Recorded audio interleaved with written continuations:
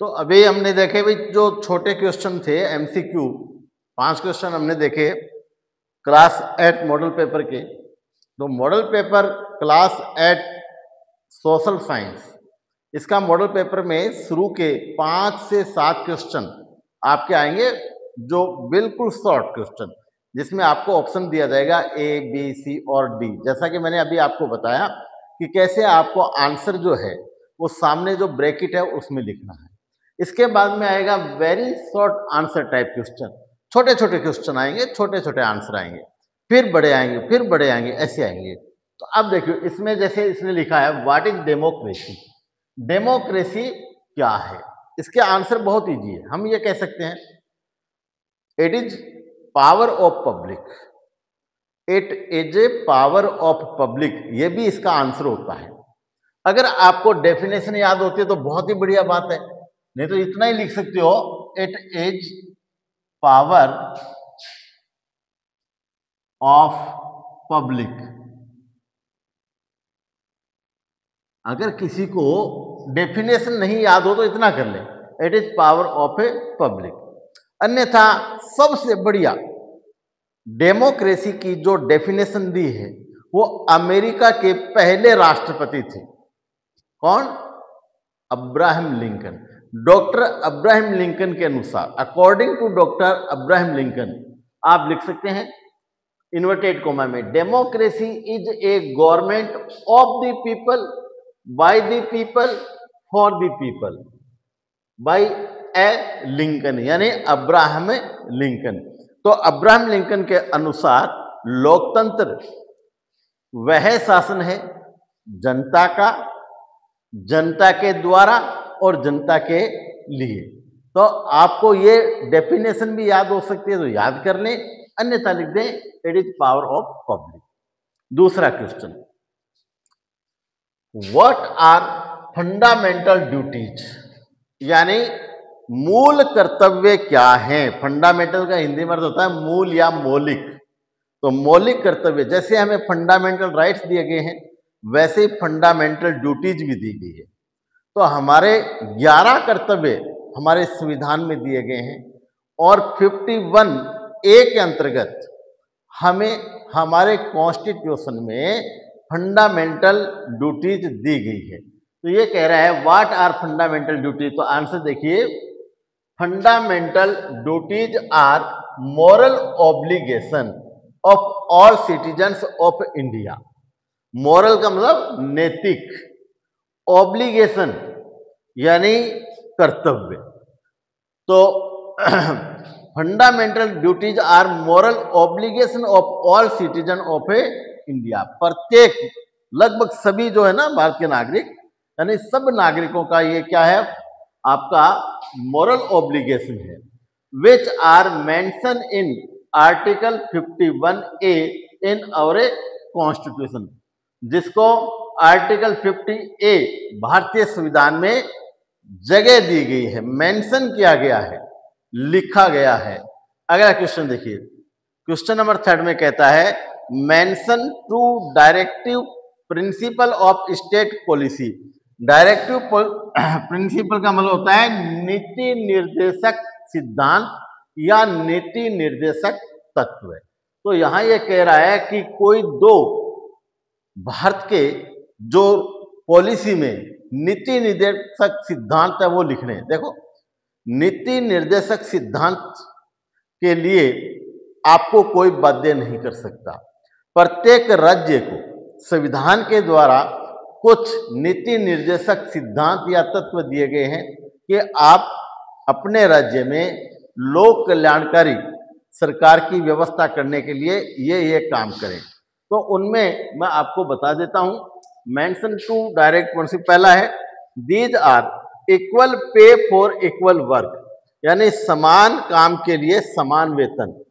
दूसरा है provision for free and compulsory education for a children, अर्थात फ्री और जरूरी बच्चों के लिए शिक्षा, यानी बच्चों के लिए जो शिक्षा की व्यवस्था की गई है वो बिल्कुल फ्री होनी चाहिए और दूसरा कंपल्सरी होनी चाहिए।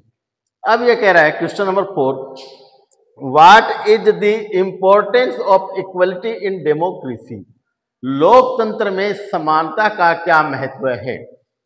तो independence of equality in democracy promotes unity, और दूसरा है प्रोटेक्ट इंडिविजुअल राइट्स। तो देखो यहाँ what is the importance of equality in democracy में, importance of equality in democracy number 1 promotes unity, संगठन बढ़ाने की, और दूसरा प्रोटेक्ट इंडिविजुअल राइट्स, जो प्रति व्यक्ति या प्रत्येक व्यक्ति को व्यक्तिगत रूप से जो अधिकार दिए गए हैं उनकी रक्षा करना।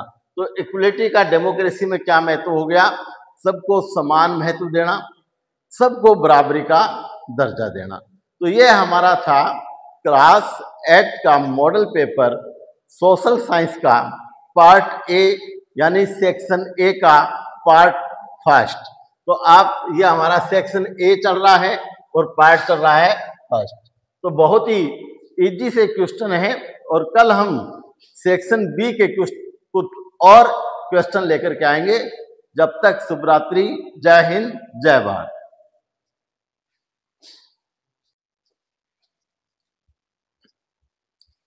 Good evening guys, you are most welcome in our channel Rathore sir 2438। आज हम देखने जा रहे हैं मॉडल पेपर 2026 का क्लास है 8 और सब्जेक्ट है सोशल साइंस। आपको पता होना चाहिए भी सोशल साइंस में एक सब्जेक्ट नहीं है, इसमें ज्योग्राफी भी है, हिस्ट्री भी है, और सिविक्स जिसको अपन कहते हैं पॉलिटिकल साइंस। तीनों सब्जेक्ट मिलकर के और एक साथ आएंगे। 80 नंबर का ये पेपर होगा, और 80 नंबर के पेपर के अंदर आपको एक मैप भी मिलेगा और 4 अलग अलग सेक्शन होंगे, ए, बी, सी और डी, यानी 4 सेक्शन होंगे। ए होगा, बी होगा, सी होगा और डी होगा। तो यहाँ आप देख रहे हैं मॉडल पेपर 2026 क्लास 8 सब्जेक्ट क्या हो गया? Social science. यहाँ सेक्शन ए और मैक्सिमम नंबर कितने हो जाएंगे? 80 नंबर होंगे।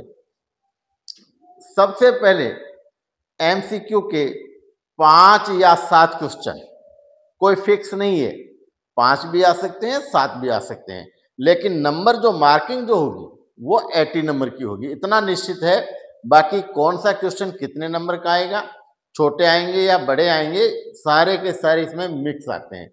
10th क्लास में और 12th क्लास में तो अकॉर्डिंग टू बोर्ड के रूल के अनुसार आते हैं, इसलिए वहाँ निश्चित है। तो 8th क्लास जो है इसमें निश्चित नहीं है कि भाई छोटे कितने क्वेश्चन आएंगे। तो यहाँ हमने 5 क्वेश्चन लिए, किसके? एमसीक्यू के। तो यहाँ देखिए, चूज द करेक्ट ऑप्शन। आपको क्या है कि 4 आपको ऑप्शन दिए गए हैं, विकल्प दिए गए हैं, आपको चयन करना है ए, बी, सी या डी। जो भी होगा वो आपको इस ब्रैकेट में आंसर लिखना होगा। तो आप देखेंगे कि ये पहला आपका क्वेश्चन है, इंडिया इज ए, यानी भारत में कैसी शासन व्यवस्था है? डिक्टेटरशिप, तानाशाही है, मोनार्की, राजतंत्र है, रिपब्लिक, गणतंत्र है, या डेमोक्रेसी, प्रजातंत्र है।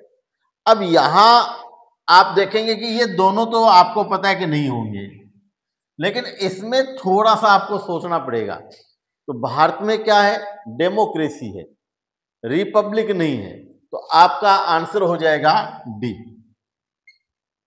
ये आपका आंसर हो गया, यानी डी हो गया।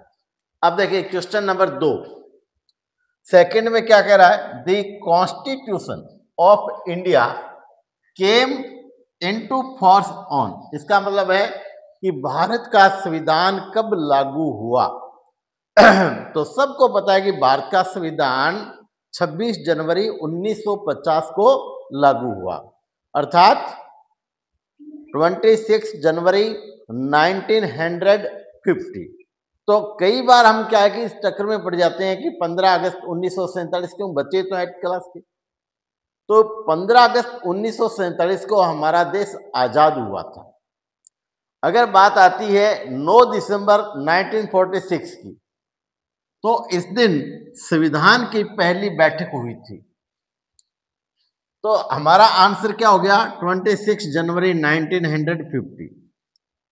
26 जनवरी 2015 इसे कोई लेना देना नहीं है। तो हम देखेंगे कि 15 अगस्त 1947 को भारत क्या हुआ? आजाद हुआ। यानी इंडिपेंडेंस जो भारत को मिला वो मिला 15 अगस्त 1947 को। लेकिन हमारा कॉन्स्टिट्यूशन इंप्लीमेंट कब किया गया, फोर्स इन कब हुआ? तो आप लिखेंगे 26 जनवरी 1950। तो इसका आंसर हो गया सी। आप यहां भरेंगे सी।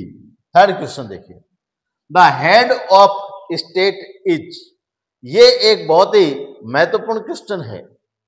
द हेड ऑफ एजुकेटिव आता है जब तो हम लिखते हैं प्रेसिडेंट, और द हेड ऑफ स्टेट, तो स्टेट का जो हेड होता है वो होता है governor. Head of the state, तो आपका आंसर हो जाएगा ए। देखिए, हेड ऑफ स्टेट गवर्नर होता है, हेड ऑफ कंट्री कह सकते हो, या हेड ऑफ एग्जीक्यूटिव यानी कार्यपालिका का हेड कौन होता है? तो प्रेसिडेंट। अगर ये क्वेश्चन हो हेड ऑफ गवर्नमेंट, सरकार का प्रमुख कौन होता है? तो प्राइम मिनिस्टर। और हेड ऑफ जुडिशरी, न्यायपालिका का हेड कौन होता है? जब आएगा चीफ जस्टिस। तो ऐसे क्वेश्चन को देख के आपको आंसर देना है, ये नहीं रट करके आप दे रहे हैं। क्वेश्चन नंबर है 4, fundamental rights are mention in, अर्थात मौलिक अधिकार किसके अंतर्गत दिए गए हैं? भारतीय संविधान में जब हमारा मूल संविधान बना उस समय कितने अधिकार थे? 7। लेकिन वर्तमान में हमारे मौलिक अधिकार यानी फंडामेंटल राइट्स जो है वो कितने हैं भाई? 6 है। तो 6 जो फंडामेंटल राइट्स है वो किसके अंतर्गत दिए गए हैं, उनकी गारंटी कौन देता है? मान लीजिए किसी सिटीजन का यानी किसी भी व्यक्ति का मौलिक अधिकार का हनन होता है, सरकार या कोई पावरफुल व्यक्ति उसके मौलिक अधिकारों पर रोक लगाने की कोशिश करता है, तो वो क्या करेगा? तो उसको यह अधिकार है कि वो सीधा सुप्रीम कोर्ट या हाई कोर्ट कहीं भी जाकर के अपनी अपील लगा सकता है, अर्थात वो रिट लगा सकता है। ये उसको अधिकार है। यानी मौलिक अधिकारों की सुरक्षा की गारंटी कौन देता है? संविधान देता है। तो यहां ये क्या कहा गया है? Fundamental rights are mention in directive principles यानी नीति निर्देशक सिद्धांत में, प्रीमल प्रस्तावना में, कॉन्स्टिट्यूशन संविधान में, या लॉ बुक में। लॉ बुक का मतलब कानूनी किताब। तो हमें हमारे संविधान के अंदर ये व्यवस्था दी गई है कि प्रत्येक नागरिक को 6 मूल अधिकार होंगे और उसका किसी को भी उस पर रोक लगाने का अधिकार नहीं होगा। देखिए, the supreme court is, supreme court क्या है? सुप्रीम कोर्ट मतलब उच्चतम न्यायालय क्या है? तो गार्जियन ऑफ कॉन्स्टिट्यूशन, हमारे संविधान का रक्षक है। पार्लियामेंट या संसद को कहते हैं, या कैबिनेट मंत्रिपरिषद को कहते हैं, या इलेक्शन कमीशन को कहते हैं, चुनाव आयुक्त को। नहीं, ये क्या है? सुप्रीम कोर्ट जो होता है वो गार्जियन होता है किसका? संविधान का। तो आंसर हो जाएगा ए। तो आपने देखा कितना मतलब सरल, बहुत ही इजी सा इस प्रकार का आपके पेपर आएगा। ये आपका सेक्शन ए चल रहा है अभी। सेक्शन ए में अभी भी छोटे क्वेश्चन और आएंगे जो अगले वीडियो में मैं आपको इसके साथ में ऐड करके बताऊंगा। तो ये जो हम देख रहे हैं मॉडल पेपर 2026 2026, सबसे पहले ये मॉडल पेपर मेरे पास आया है। मैंने ही आपको ये उपलब्ध करवाया है, प्रोवाइड करवाया है। तो स्टूडेंट्स जो भी मेरे इस वीडियो को देख रहा है, सबसे पहले तो सब्सक्राइब कर दे, उसको लाइक भी करें और शेयर करें, ताकि आपके जितने भी जानकार बच्चे हैं वो अच्छी तरह से इस वीडियो को देख करके अधिकतम लाभ उठा सकें। अभी आपके हाफ ईयरली भी आने वाली है और उसके बाद एनुअल एग्जाम भी आने वाला है। तो मैंने ये वीडियो एनुअल एग्जाम के लिए बनाया, नहीं कि हाफ ईयरली के लिए। ये जो वीडियो तुम देख रहे हो वो एनुअल एग्जाम के लिए है, हाफ ईयरली से इसका कोई संबंध नहीं है।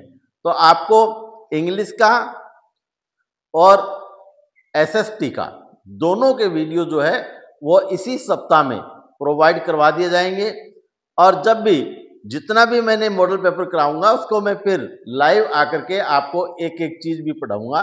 तो इसलिए आप सब्सक्राइब करें ताकि जैसे ही मैं लाइव आऊं या कोई भी नोटिफिकेशन मैं भेजूं तो आप लोगों को आसानी से इसका जो है पता चल जाए और आप प्रत्येक वीडियो को देख सकें। अगर किसी भी प्रकार का आपको इनमें और कुछ पूछना है, कोई जानकारी लेनी है या और अच्छे क्वेश्चन आपकी नज़रों में है कि हाँ ये अच्छे क्वेश्चन है, तो आप कमेंट बॉक्स में लिख सकते हैं, आपका वेलकम है। तो सभी स्टूडेंट्स जो हैं इस वीडियो को ज़्यादा से ज़्यादा देखेंगे और ज़्यादा से ज़्यादा शेयर करेंगे। सब्सक्राइब करना है, लाइक करना है और फॉलो करना है। तो इसके साथ आगे का जो भाग है वो हम देखते हैं जल्दी, क्योंकि आगे जो है सिंगल पर्सन